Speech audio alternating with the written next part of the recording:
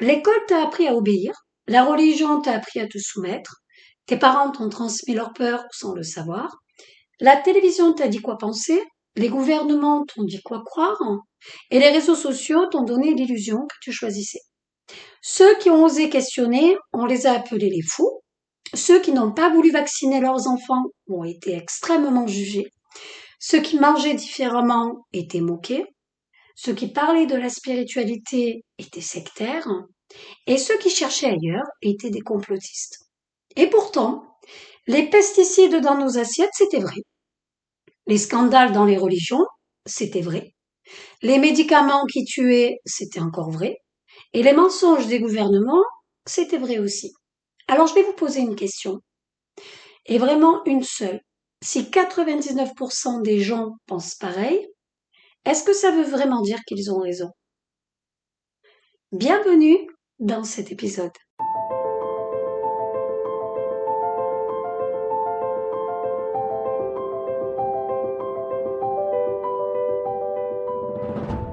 Bienvenue sur le podcast À la quête du soi. Je suis Valérie Bastide, chamane, experte de la guérison et de la transformation énergétique. Chaque lundi, je te partage mes clés, mes compréhensions, mes vérités, mon expérimentation et mes connaissances pour t'aider à guérir, à te reconnecter à toi-même et à retrouver ton pouvoir intérieur. Ici, on parle vrai, santé, énergie, émotion, maladie, conscience. Pas de magie toute faite, juste du bon sens, du cœur et des clés concrètes pour transformer ta vie de l'intérieur. Bonjour à toutes et bonjour à tous. Alors, comment vous allez aujourd'hui? J'espère que vous allez bien, j'espère que tout se passe bien pour vous. Et surtout, j'espère que la chaleur est arrivée là où vous êtes parce que moi, franchement, j'en pouvais plus de l'hiver. Non, mais sérieusement, hein, vous savez, quand le soleil arrive, quand il arrive comme ça, quand on peut sortir un peu plus léger, le corps est un peu plus dénudé, c'est vrai qu'on est dans une autre énergie. On est vivant, on respire, on sourit pour rien. Et ça n'a vraiment pas de prix. Moi, la chaleur, je l'adore, hein. Alors, je crois que plus je vieillis et plus je préfère la chaleur. Quand il fait beau, je suis de bonne humeur, j'ai de l'énergie, j'ai envie de créer, j'ai envie de partager. Et aujourd'hui, j'avais envie vraiment de vous parler d'un sujet qui est pas facile. Pas d'un sujet qui va faire plaisir à tout le monde, hein. Justement, je pense que ça va irriter pas mal de personnes, mais d'un sujet qui me tient à cœur depuis longtemps et qu'on m'a demandé plusieurs fois d'aborder. Alors, j'avais choisi de ne pas le faire avant, pas parce que j'avais peur, hein, vous me connaissez, j'ai pas vraiment ma langue dans ma poche, mais parce que je voulais poser d'autres choses d'abord. Et là, bah écoutez, il arrive comme un cheveu sur la soupe, et je trouve que c'est parfait parce que je pense que c'est le bon timing. Aujourd'hui, on parle de ça. Pourquoi? Le fait que 99% des gens pensent la même chose ne veut pas dire qu'ils ont raison. Et pourquoi ce 1% qu'on traite de fou, de complotiste, d'allumé, de perché, mérite qu'on s'y attarde. Allez, on y va et accrochez-vous parce que je pense que ça va être dense. Avant que certains s'emballent, hein, certains ou certaines, parce que je vous connais, hein, je vous vois déjà en train de vous dire ah non, elle va encore nous parler de complot, de je ne sais quoi. Alors, je vais être très claire dès le départ. Je suis pas là pour vous dire que tout ce que vous avez appris est faux. Je ne suis pas là pour vous dire que la science se trompe sur tout, que vos parents vous ont mal éduqué, que tout est manipulation depuis le début.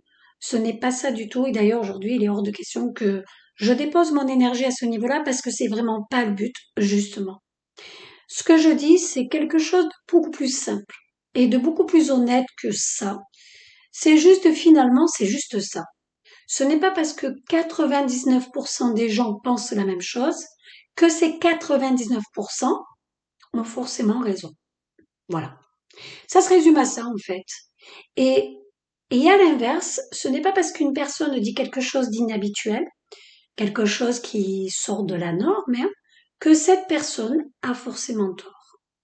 Vous savez, la majorité n'a jamais été une garantie de vérité. On l'a vu dans l'histoire, hein, on l'a vu tellement de fois. Des choses que tout le monde considérait comme absolues, comme évidentes, comme acquises, et qui se sont révélées fausses avec le temps. Pas toutes, loin de là, mais certaines. Et je pense que ça suffit pour qu'on se dise, attendons, peut-être qu'on devrait se poser la question avant de juger, selon moi.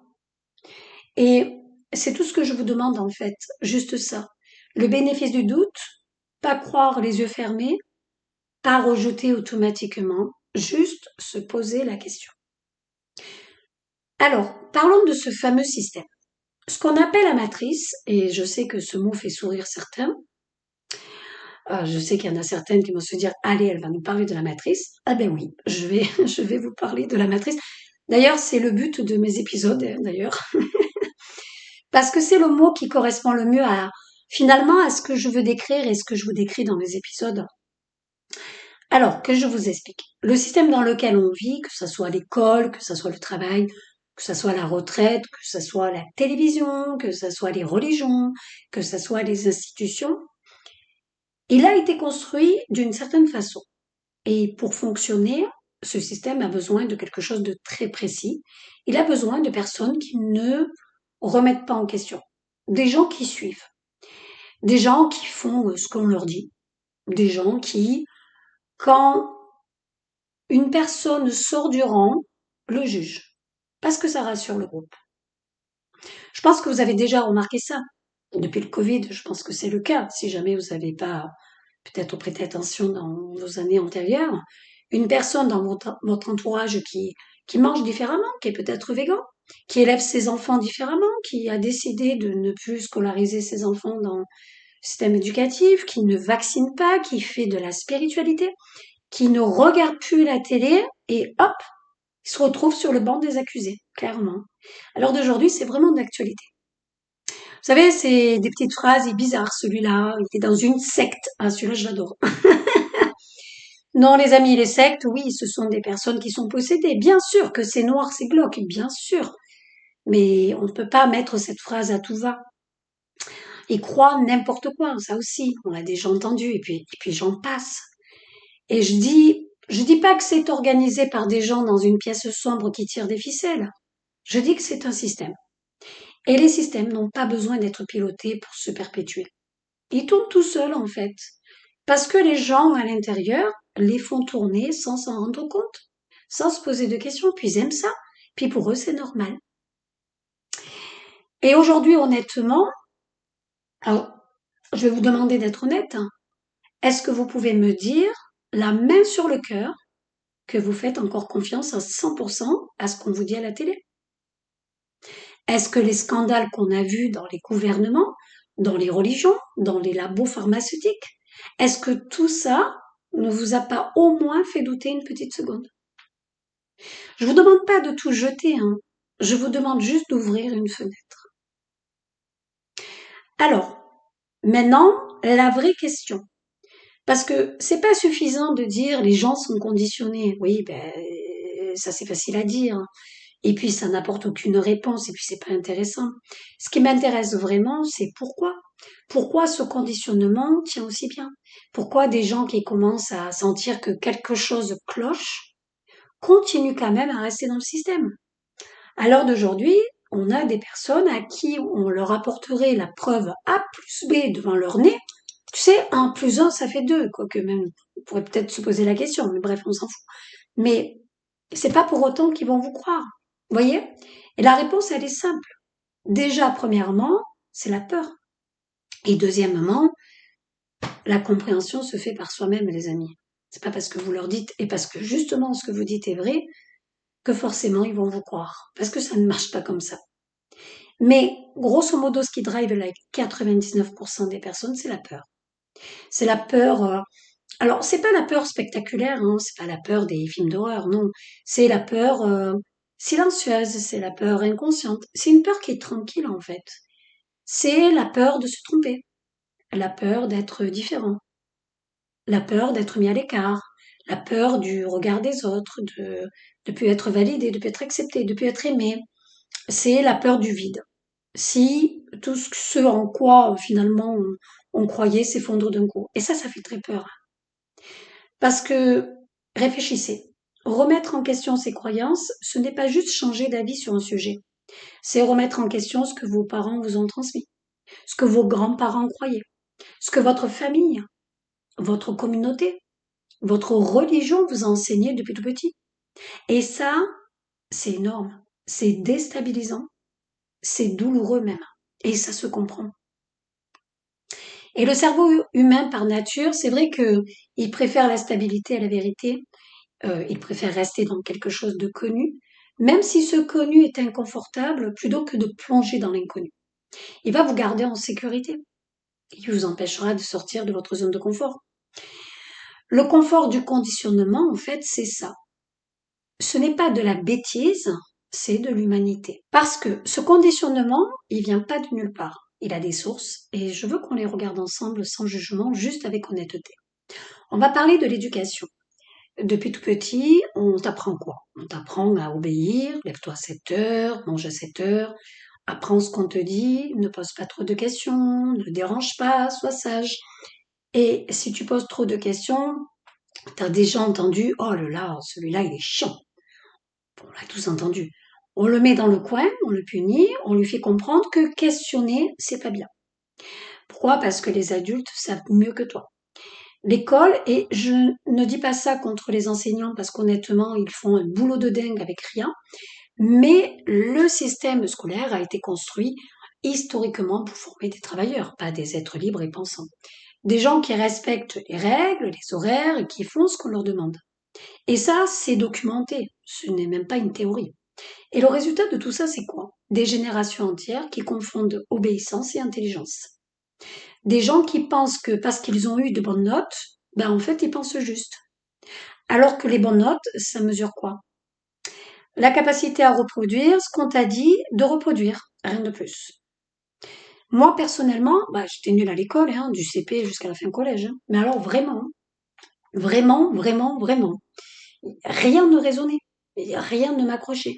Je trouvais tout, je sais pas, ça m'intéressait pas, ça résonnait pas, même tout ce qu'on a appris, la géographie, l'histoire, mon Dieu, c'était vraiment de la dissonance pour moi parce que je trouvais, je comprenais pas pourquoi les gens adhéraient parce qu'il y a rien pour moi qui était juste dans tout ça, rien. Par contre, j'adorais papoter. Et aujourd'hui, je comprends que c'était juste pas mon langage. J'ai cru que c'était moi le problème pendant longtemps, mais non, c'était juste pas mon langage et je suis bien contente d'avoir été nulle parce que ça m'a obligée à chercher ailleurs. Ensuite, on a les ancêtres et les lignées. Parce qu'avant l'école, il y a la famille, avant la famille, il y a des lignées. Parce que les croyances ne commencent pas à ta naissance, elles commencent bien avant. Tu portes dans ton corps, dans tes cellules, dans tes mémoires, dans ton inconscient, les peurs de tes parents, de tes grands-parents, de tes arrière-grands-parents. Une grand-mère qui a vécu la guerre porte une peur de manquer. Et elle transmet ça. Pas forcément avec des mots, avec ses comportements, son énergie, ses mémoires, ses réactions quand tu gaspilles de la nourriture, avec ses silences, avec sa façon de toujours garder pour les mauvais jours. Et toi, tu grandis avec cette peur en toi, sans savoir d'où elle vient, et tu penses que c'est la tienne. Des générations entières ont vécu sous la honte, la culpabilité, la contrainte, et tout ça se transmet. C'est ce qu'on appelle les mémoires ancestrales. Et tant qu'on ne les conscientise pas, on les rejoue. On perpétue des schémas qui ne nous appartiennent même pas. Ensuite, on a les religions. Alors là, je vais être très directe et je le dis avec tout l'amour que j'ai. Je suis croyante depuis toujours. Je crois que dans ma famille, j'étais athée.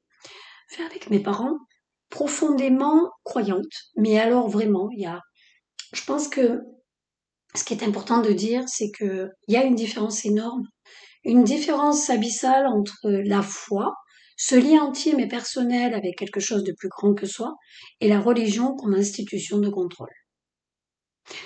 Parce que les religions, dans leur forme institutionnelle, et l'histoire le montre d'ailleurs, ce n'est pas une opinion, c'est des faits. C'est des faits qu'elles ont souvent servi à maintenir les gens dans la soumission. La culpabilité du péché, la peur de l'enfer, l'idée que tu n'es pas digne, que Dieu décide à ta place, que si tu souffres, c'est peut-être que tu l'as mérité, que si tu doutes, tu en es la faute. Je suis désolée, hein, tout ça les amis, moi ça me choque. Hein. Ce n'est pas de la foi, c'est pas de la spiritualité, c'est du contrôle habillé en sacré. Hein. Déjà d'une, moi je suis croyante, prêtresse chamanique, donc je le suis. J'ai jamais compris la religion que la plupart des personnes avaient avec Jésus, avec Marie, avec Dieu. Enfin, moi, elle était totalement différente. J'avais un lien et un rapport totalement différent. Mais c'est moi qui décide de ma vie. C'est pas Dieu qui décide de ma place. Je ne donne pas ma vie à une institution.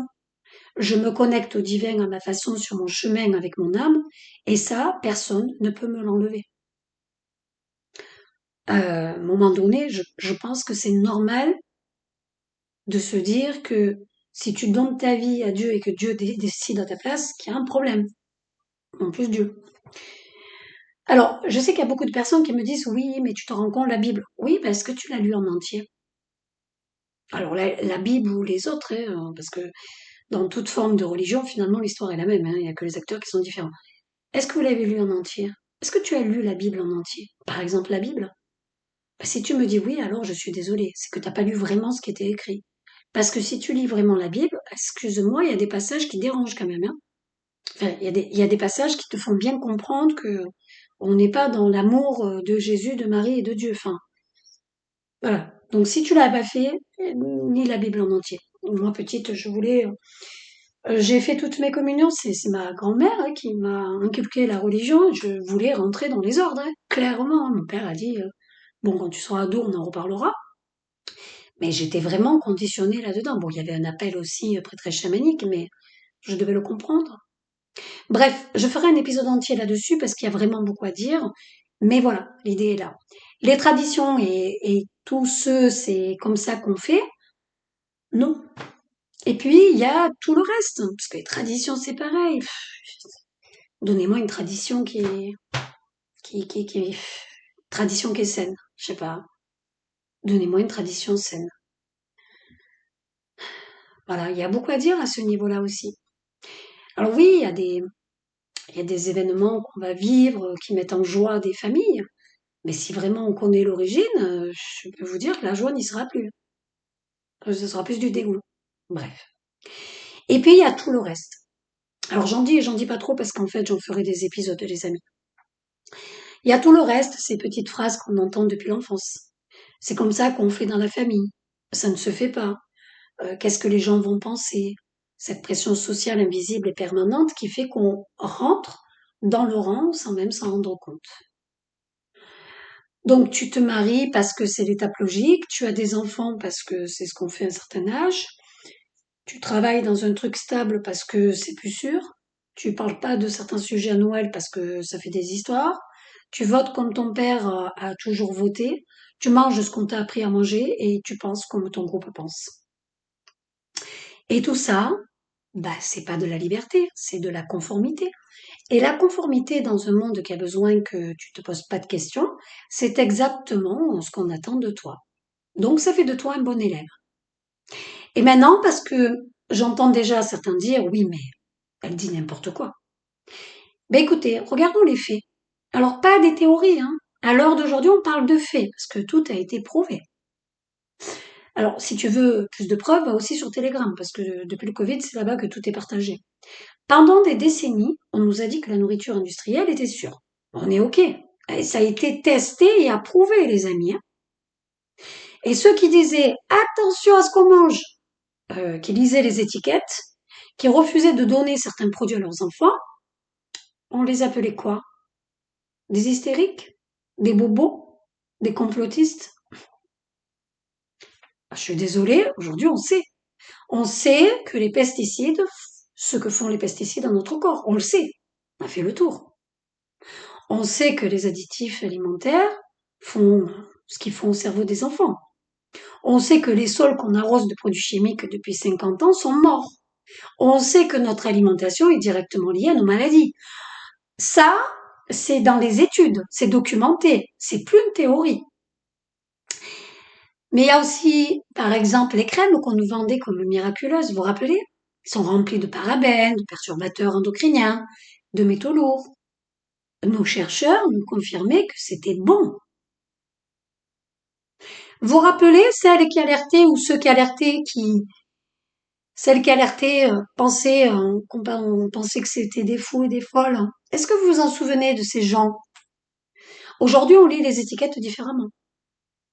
On a des personnes qui nous ont vendu l'élixir de jouvence à travers les jus. Ce qui est normal. Mais qui pourrait penser l'inverse? Ce que Mère Nature t'a donné, forcément, c'est ça, l'élixir de jouvence. Ben, elle est où, Grosjean? Elle est plus de ce monde. Et à l'heure d'aujourd'hui, qu'est-ce qui a été prouvé? Que c'est l'alimentation la plus saine. Mais à quel moment on pouvait se dire que c'était faux? Enfin, je sais pas, je conçois pas. Bref.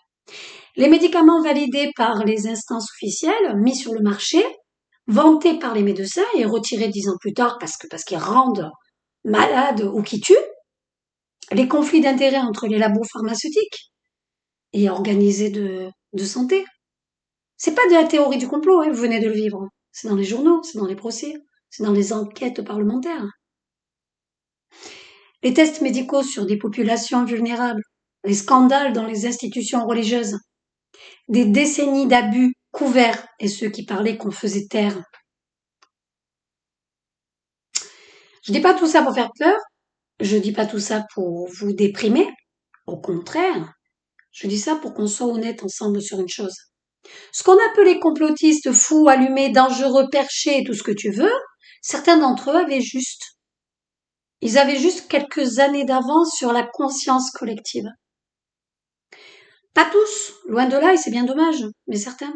Et ça suffit pour qu'on s'arrête de juger aussi vite.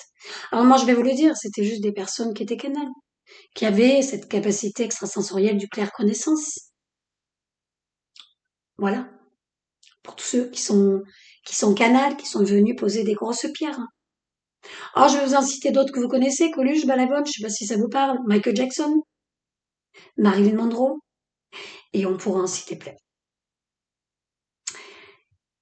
Et à tout ça, ajouter quelque chose de très moderne qui aggrave tout, la vitesse. Vous savez, on vit dans un monde qui va beaucoup trop vite. On se lève le matin et on est déjà noyé. On a les notifications, les emails, les infos, les réseaux. Bref, quand c'est pas les promos, là, je sais pas comment ça s'appelle, les vendredis noirs, là, je sais même pas comment ça s'appelle. Black Friday, voilà. En plus, je sais même pas parler anglais. Enfin, bref, tous ces trucs. En fait, tout est urgent, tout est maintenant, tout est programmé. Tout demande une réaction immédiate. À Noël, il y a Pâques, il y a fête des mères, fête des pères. Voilà, tout est programmé. Et dans tout cet état de bombardement permanent, ben, le cerveau n'a plus de temps de traiter.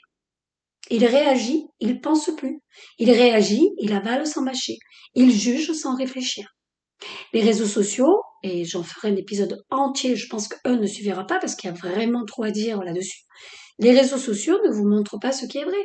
Ils vous montrent ce qui vous maintient connecté, ce qui vous fait réagir, ce qui vous énerve ou vous émeut, ce qui vous fait scroller encore 5 minutes. Et d'ailleurs, je parlerai de l'algorithme parce qu'alors là, il y a beaucoup à dire. Et dans ce flux-là, 99% des gens reçoivent globalement la même nourriture, les mêmes sujets, les mêmes débats recyclés, les mêmes opinions préformatées. Et ils pensent qu'ils sont informés, qu'ils ont un avis vrai, alors qu'ils ont juste digéré ce qu'on leur a servi. Et que 99% ont bouffé la même chose. La vraie pensée, celle qui questionne et qui creuse, qui prend le temps, elle demande du silence, elle demande de s'arrêter. Et dans ce monde-là, s'arrêter, c'est presque devenu un acte révolutionnaire. Maintenant, voilà ce que je veux vous dire de tout ça. Et c'est là que ça devient vraiment intéressant. Pourquoi est-ce que la même information va profondément résonner chez certaines personnes et faire rire les autres éclats? Pourquoi est-ce que ce qui semble une évidence pour toi semble complètement absurde pour ton voisin? Parce que c'est important de prendre le temps de l'expliquer. On n'est pas là pour se juger, les amis. Hein. Je pense qu'on est assez dur soi-même avec soi-même. Donc, arrive à un moment donné, faut arrêter. C'est pas une question d'intelligence et c'est pas une question de diplôme non plus. Ce n'est pas une question de bon sens ou de culture. C'est une question de niveau de conscience. On n'est pas tous au même endroit dans notre chemin et ce n'est pas un jugement, c'est juste une réalité. Une information peut être totalement vraie et totalement incompréhensible pour quelqu'un qui n'a pas encore, qui n'en est pas encore à ce niveau-là. Pas parce qu'il est bête, parce qu'il n'a pas encore eu les expériences, les remises en question, les prises de conscience qui lui permettent de la recevoir. Est-ce que tu comprends? Toi, tu as déjà gravi ces étapes. Les expériences, les remises en question, les prises de conscience. Il n'en est pas là. Et c'est normal. On ne peut pas accepter une idée comme ça en fraction de seconde. Ça ne marche pas. C'est comme essayer d'expliquer la couleur rouge à quelqu'un qui n'a jamais vu de couleur. Vous pouvez expliquer tant que vous voulez. Ce n'est pas possible à comprendre sans l'expérience. Et c'est pas de sa faute. C'est pas la vôtre non plus. C'est juste un niveau d'expérience qui est différent. Et moi, en tant que canal, parce que c'est ce que je suis, c'est mon travail. Je reçois et je transmets des informations. Je pourrais vous partager des choses qui feraient vraiment tiquer beaucoup de monde. Je pourrais parler de sujets où je crois que je serais la femme à abattre. Je pourrais vous partager des choses qui feraient, qui dérangeraient fortement. Des informations que j'ai reçues, que j'ai vécues, qui sont ma réalité. Mais je les partage par petites doses, pas par peur, parce que je sais que certaines informations ne peuvent pas être reçues si la personne n'est pas prête. Et lui balancer tout d'un coup, ce n'est pas lui rendre service, c'est la perdre. Et c'est aussi ça la sagesse de la transmission. Savoir quoi dire, à qui et quand. Et là, je veux dire quelque chose d'important à ceux qui sont au chemin et qui parfois se découragent. Vous savez, pendant le Covid, vous vous en souvenez, on était tous un peu dans quelque chose d'étrange. Il y a eu une explosion d'informations alternatives, des groupes Telegram, des canaux, des gens qui partageaient des choses que les médias officiels ne disaient pas. Et certaines de ces informations étaient vraies et certaines ne l'étaient pas. Et là, c'est délicat parce que la tendance naturelle, c'est soit de tout avaler, soit de tout rejeter. Et ni l'un ni l'autre n'est juste. Ce que j'ai toujours dit aux personnes qui traversaient cette période d'éveil, c'est ça.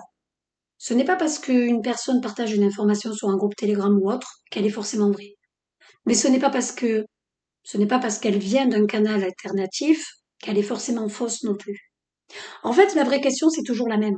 Est-ce que ça résonne en toi? C'est tout. Et des fois, une information arrive et elle ne résonne pas, et c'est normal.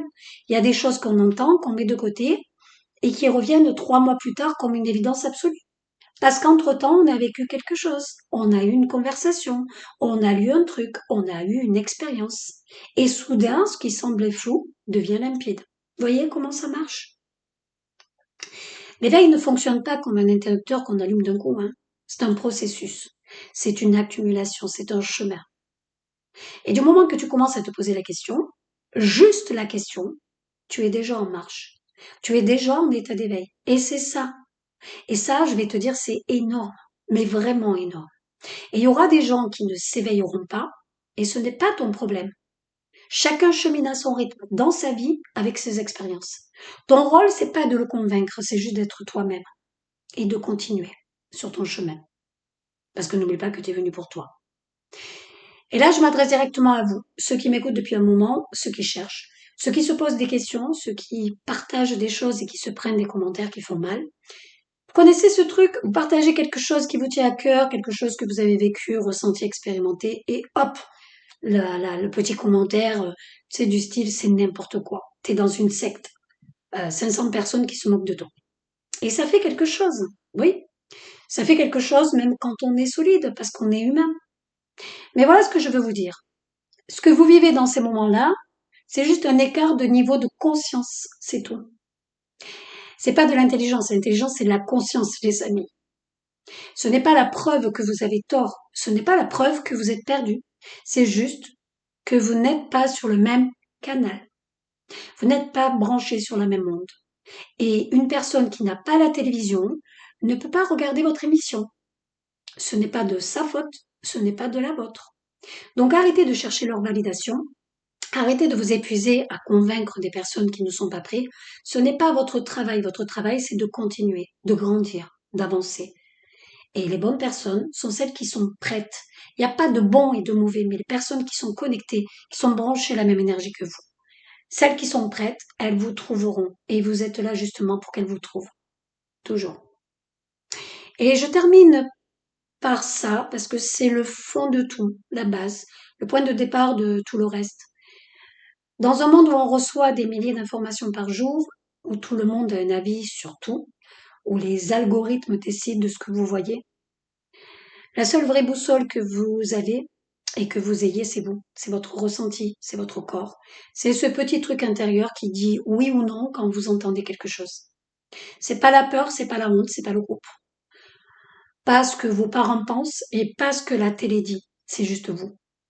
Se connecter à soi, c'est pas mystique. C'est pas réservé aux initiés ou aux gens spirituels. C'est juste apprendre à s'écouter, à se demander, est-ce que ça me parle? Est-ce que ça résonne? Est-ce qu'il y a quelque chose en moi qui reconnaît cette information? Même si ma tête ne sait pas encore pourquoi. Parce que parfois, l'âme sait avant que la tête comprenne. Et c'est ça l'éveil dans sa forme la plus simple, la plus humble. Pas avoir toutes les réponses, juste commencer à écouter les bonnes questions. Voilà, cet épisode est terminé. Celui-là me tenait vraiment à cœur, alors j'ai essayé d'être soft. Parce que je vois tellement de personnes, des personnes sincères, des personnes qui cherchent vraiment, qui s'épuisent face au jugement des autres, qui doutent d'elles-mêmes à cause de commentaires de gens qui se sont jamais posé une seule question. En fait, vous n'avez pas à vous justifier, vous avez juste à continuer. Si cet épisode vous a parlé, ben écoutez, partagez-le. Pas pour avoir raison, pas pour vous convaincre, hein, juste pour que les bonnes personnes l'entendent au bon moment. Je vous dis à lundi prochain. Prenez soin de vous, prenez soin de votre âme et profitez du soleil si vous l'avez, parce que sérieusement, ça fait tellement de bien et je vous embrasse fort.